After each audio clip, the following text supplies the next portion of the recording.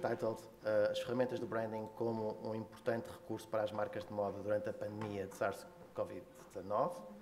So, try to translate these branding tools as a relevant resource for fashion brands during the SARS-CoV pandemic, by Gisele Nepomuceno, Catarina Moura, and Fernando Oliveira. So, Gisele, you're going to present, please, feel free. Olá, boa tarde. Esse artigo ele faz parte da minha pesquisa de doutoramento. Eu sou aluna da Universidade da Beira Interior e também professora lá. Em parceria com a minha orientadora e meu co-orientador, a professora Catarina Moura e o professor Fernando Oliveira, ela da Universidade da Beira Interior e ele da Universidade Europeia, do IAD. Quando eu iniciei a pesquisa, né, no meio da pandemia, eu comecei a observar como as marcas trabalharam a comunicação nesse momento. Claro, tudo aconteceu muito rápido e as marcas meio que pararam no tempo, né, com as suas vitrines e com a sua comunicação. Algumas marcas conseguiram, nesse meio do caminho, fazer comunicações porque eram marcas já estruturadas. E minha grande preocupação era o que aconteceria com as pequenas marcas, com os pequenos negócios, com os pequenos comércios, que a gente sabe que são tradicionais, mas que não têm esse conhecimento das ferramentas de comunicação e não sabem aplicá-las, né? Então, a pesquisa parte dessa dúvida, né, desse questionamento, e foi onde eu tentei mapear, né, e estou tentando ainda, né, ainda estou em curso com a tese, e acredito que vou ter bons resultados com isso para um futuro. Então, esse artigo ele fala dessa mudança, né, da transcodificação do varejo do físico para o digital, como as marcas vão se adaptar a esse processo, né, como elas já estão se adaptando. Marcas grandes, como eu falei, elas têm uma comunicação muito alinhada, têm profissionais em diversos setores capazes, né, formados, com grande conhecimento para fazer essa transcodificação. Mas qual é o nosso papel, né? Qual o meu papel enquanto designer, enquanto profissional que está no setor, para também conseguir incluir esses outros pequenos negócios? E aí eu acredito que a pesquisa, a academia, ela pode se ligar a esses pequenos negócios, fazendo esse papel de formação.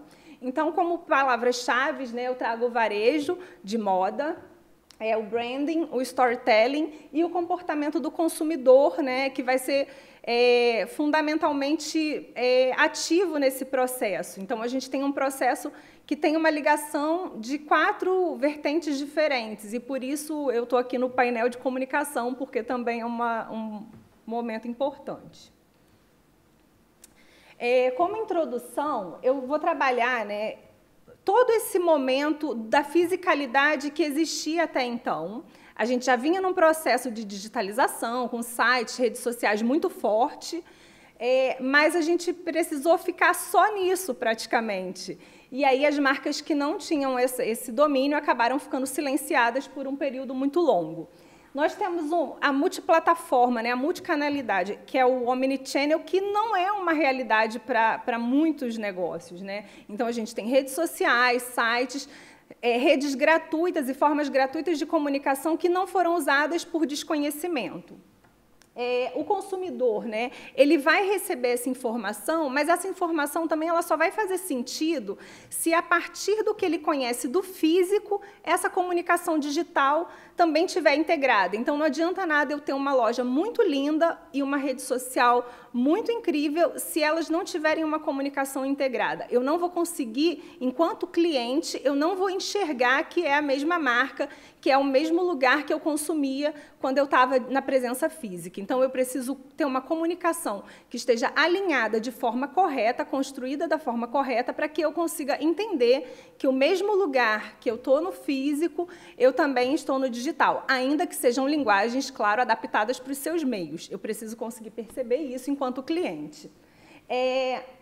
Essa comunicação, né, ela vai ser expandida, sim, para o digital, mas a gente precisa também entender que o físico não morre. Em alguns momentos, né, naquele caos inicial, né, muito foi falado do varejo físico morrendo. E agora a gente já vê um movimento contrário, o físico muito forte, né, a experiência do consumidor nesse ambiente de compra físico sendo muito reforçada.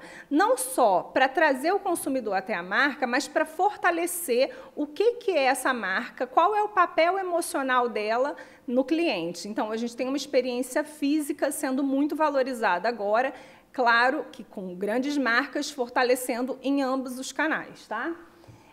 E como essa marca ela gerencia? Então, eu tenho uma rede social, sim ou não? Eu tenho um site, sim ou não? E como eu faço o gerenciamento, ou eu faço algum gerenciamento? Em alguns casos, né, algumas observações que eu fiz durante esse período, eu observava redes ou sites, as marcas tinham, estava lá, mas estava totalmente desatualizado.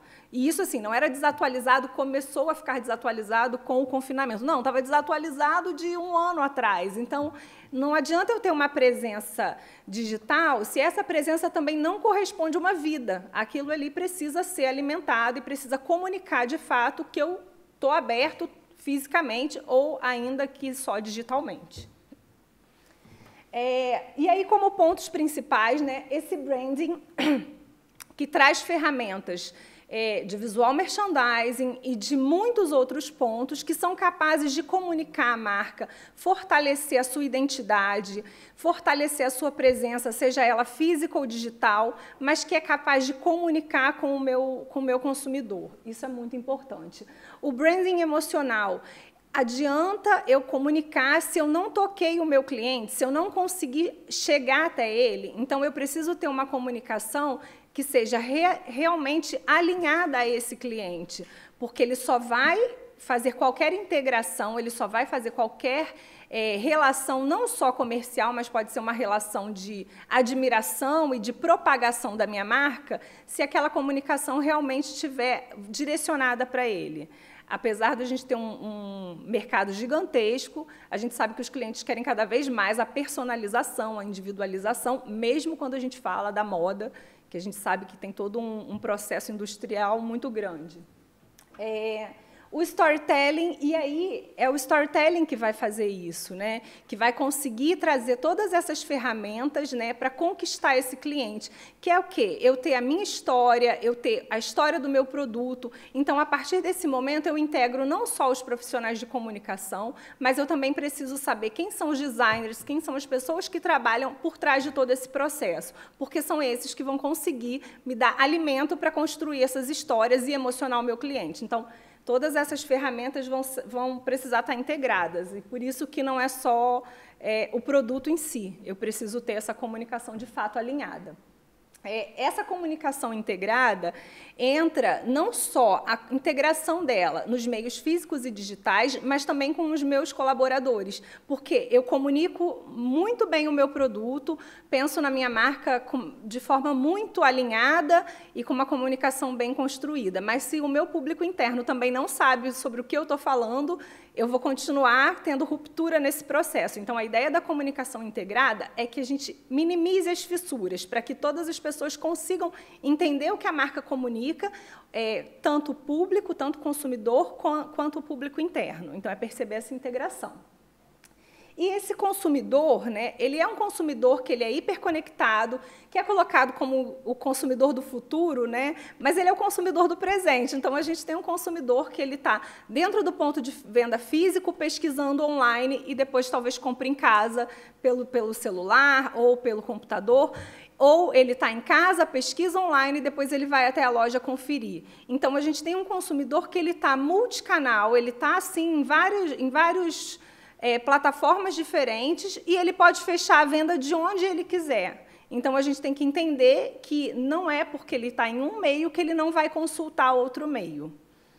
E aí, fechando isso, né, entra como que ele vai finalizar essa compra, né, essa finalização pode ser, como eu falei, de qualquer dos canais. Se eu sou uma marca pequena, né, e estou lá com o meu ponto de venda fechado, ou trabalho toda a minha venda nas minhas redes sociais, eu preciso o tempo inteiro estar atento ao que o meu consumidor consome de conteúdo para que eu consiga também atingi-lo com a minha comunicação visual. A análise que eu tenho feito para esse artigo é uma análise de revisão de literatura, mas na minha tese eu vou fazer estudo de caso, já estou fazendo esse estudo de caso, e aí eu tenho feito um comparativo entre marcas, entre grandes marcas e marcas tradicionais, pequenas, com impactos locais, especificamente para o mercado português, que é onde eu estou fazendo a minha pesquisa. Como considerações e desenvolvimentos para o futuro, a ideia é que esse projeto vire uma base open source para ajudar esses pequenos negócios, para que eu consiga ativar isso e melhorar um pouco a comunicação. Eu apliquei de forma muito genérica isso com uma marca de uma ex-aluna minha no Brasil. Agora ainda vou fazer uma recolha de dados, mas a ideia é que esse estudo vire uma aplicação maior para conseguir impactar mais negócios. Então, esse consumidor ele vai ser o tempo inteiro estimulado, e aí ele vai ser bombardeado. Então, como finalização, né, para a minha fala, ele vai ser o tempo inteiro bombardeado por imagens, por trilhas sonoras, e se você não fala exatamente o que o seu público-alvo precisa ouvir, quer ouvir, tem expectativa de ouvir, você está fazendo uma comunicação que não vai atingir ninguém. Então, é saber quem é o seu público para comunicar da forma correta. Tem uma outra questão que é qual é a sua autenticidade quando faz essa comunicação, né? Como você faz a sua relevância para esse público. Então, não adianta você criar um conteúdo se nem você sabe o que ele é. Eu quero comunicar com um público muito jovem, mas eu não estou ligada a esse público. Eu não vou conseguir bons resultados. Então, é pensar qual é o meu público, o que eu quero com a minha rede social ou com a minha marca, para aí sim eu criar uma comunicação. Porque não são todos os estímulos que vão funcionar para todos os públicos. Uma outra questão é que não é só atrair esse consumidor pensando na compra. Eu tenho uma atração ao consumidor que pode não necessariamente ser o meu cliente, comprar o meu produto, mas que ele vai propagar a minha marca como um embaixador. E isso é muito importante. Significa que, ainda que ele não consuma a minha marca agora, de forma ativa, de compra, ele ainda assim consome a imagem da minha marca, o que eu construí para a minha marca, e que pode vir a ser um consumidor no futuro. Então, não necessariamente eu impacto ele agora de forma transformando isso em venda, mas eu estou comunicando para um futuro. E muitas marcas fizeram isso e tiveram resultados no pós-desconfinamento. Né? Não venderam necessariamente online, mas depois conseguiram levar o cliente até a loja. E, para finalizar, eu acredito que esses pequenos negócios precisam, sim, desse direcionamento. Né? É um trabalho coletivo, é um trabalho de formiguinha, porque não vai ser de uma hora para outra que a gente vai conseguir mudar, né, um mercado, principalmente porque é um mercado que não tem dinheiro, assim, né? As grandes marcas têm essa comunicação totalmente estruturadas, exatamente porque tem um grande capital investido. As marcas menores, às vezes, não, por desconhecimento e, em muitos momentos, também por falta de capital para investimento. Mas é pensar que eu consigo, com algumas ferramentas, auxiliar esses pequenos negócios. Então, a ideia é que o trabalho vire, né, uma forma de impulsionar negócios menores. E aqui um pouquinho das minhas referências, depois quem quiser acessar o artigo. Obrigada.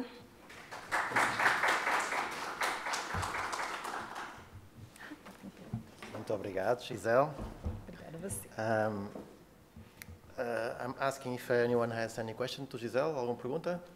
Well, 2 questions. So, maybe I'll start. Olá. Paula? Você já tem uma ideia do que vai virar esse concurso, diretrizes? Então, primeiro nós falamos no manual. Quando eu fiz a defesa, ia ser um manual com orientações. Mas o manual, ele acaba virando uma coisa engessada, senão vira aqueles manuais que nunca mais são atualizados e vai virar o mesmo que aconteceu, por exemplo, com o site de algumas das marcas. Então, a ideia é que seja uma base aberta, provavelmente vai ser online, para que possa ter manutenção e alimentação constante.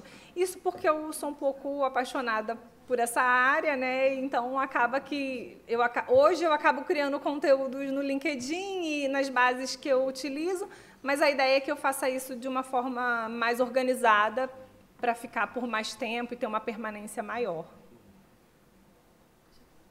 And now, last question from Vera. Olá, ficou super bem. Obrigada. Olha, eu até estava assim meio emocionada porque tive aqui um flashback que eu em 2015 defendi uma tese de doutoramento nesta área e um dos elementos do meu júri foi o seu orientador, o professor Fernando Oliveira, que me fez uma pergunta que eu lhe vou fazer assim agora.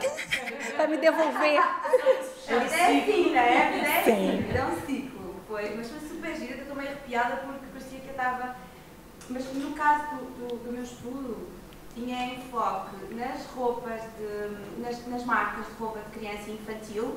Porquê? Porque vinha de um fenómeno que eu não sei se o estudou quando esteve a fazer esta observação, que são as smart moms. Houve uma época em que as mulheres, quando apareceu a internet, quando apareceram as redes sociais, não é? As mulheres que estavam em casa, assumiram muito esse papel do pequeno negócio.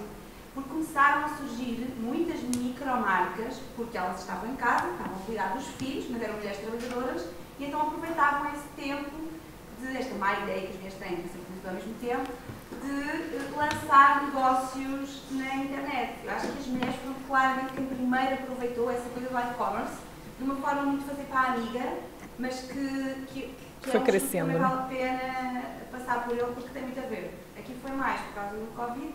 No meu caso, teve a ver com esta questão das smart moms e das mulheres estarem em casa. Na altura, acompanhei portanto, uma marca, que foi criada por nós, comigo aqui em termos de design, e ao mesmo tempo fizemos inquéritos a quase 400 marcas entre Portugal e Espanha, que estava em Espanha. E foi de facto muito interessante. Primeiro, uma coisa que disse há pouco, sim, a maior parte dessas marcas não tem designer, não é?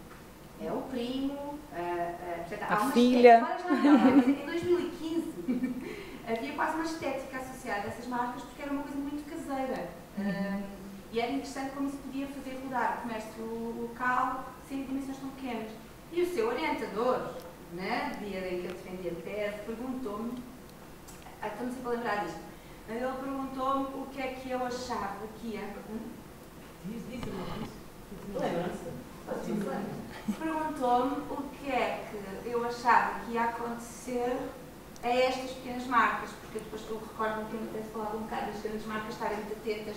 Há uma coisa que acontece muito e que as pessoas desconhecem, que é, a maior parte das pessoas, as grandes marcas copiam imensas pequenas marcas. É horrível. Sim. Tipo, ilustrações que não estão patenteadas. É muito importante existirem esses manuais e essas orientações para as pequenas marcas, porque sem saberem, há criadores que estão a ser constantemente copiados. Lesados. E depois chegamos às grandes lojas, não vale a pena a ser mais potencial, porque elas não precisam, às grandes lojas e estão lá os nossos desenhos, os nossos, das pequenas marcas. E é um fenómeno. Então, o Fernando, aquilo que me perguntou é o que é que eu achava que naquele contexto ia acontecer com essas pequenas marcas, na medida em que as grandes marcas as iam descobrir. Então, agora, neste contexto que nós estamos a viver, da sustentabilidade, estamos um bocadinho todos anti-fibras e coisas que são feitas por crianças do outro lado do mundo, o que é que lhe parece agora que é o futuro dessas grandes lojas versus essas pequenas lojas locais que se esteve a estudar? Olha, eu não acredito que essa cópia vai acabar, né? A moda se alimenta disso, de copiar, inovar e a gente sabe que é um mercado que só se mantém porque tem um público que continua comprando as cópias em detrimento das originais, né? Então isso vai continuar. Mas eu acredito que negócios pequenos que consigam se comunicar, que consigam levar ao cliente a sua missão, seus valores e comunicar, ainda que de forma amadora, mas que consiga passar a sua verdade com muita emoção, isso se mantém. Eu tenho assim alguns casos que eu observei nesse período e que assim eu estava desesperada. No primeiro confinamento eu estava morando em Lisboa e eu passava e via negócios muito pequenos que eu ficava assim, gente, eu não acredito que isso vai acabar, porque isso é lindo. E como que vai se manter? Porque a gente sabe que as políticas durante o confinamento e pós-confinamento não priorizavam esses negócios, né? Os auxílios eram muito pequenos, eram auxílios de 300 euros. Né? O que uma marca faz com 300 euros com aluguel em Lisboa? Nada.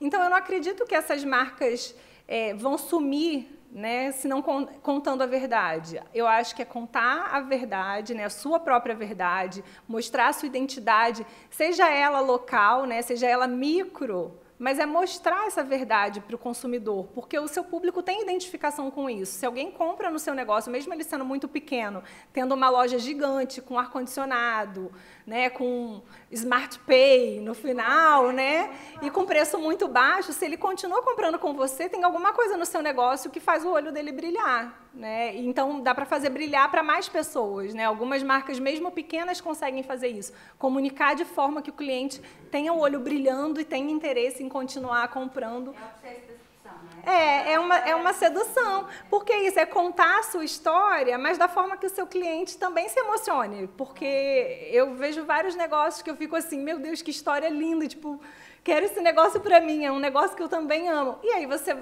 Ter esse negócio, para mim, significa ir lá comprar, ir lá tomar um café numa cafeteria que faz esse encantamento, né?